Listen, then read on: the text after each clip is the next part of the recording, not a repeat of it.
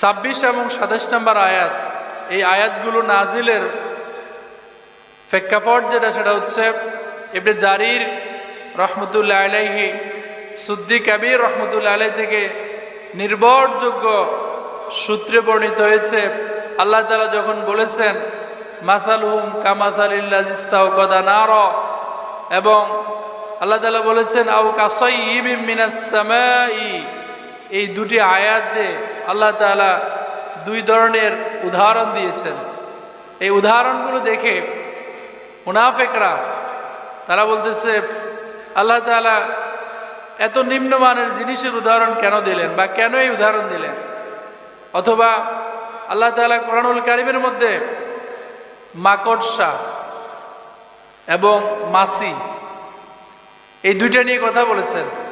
তখন তারা প্রশ্ন করলো যে আল্লাহ তাআলা এত নিম্নমানের জিনিস দিয়ে কেন উদাহরণ দিলেন? তাদের এই কথার জবাবে আল্লাহ তাআলা আয়াত নাজিল করে দিলেন এবং বললেন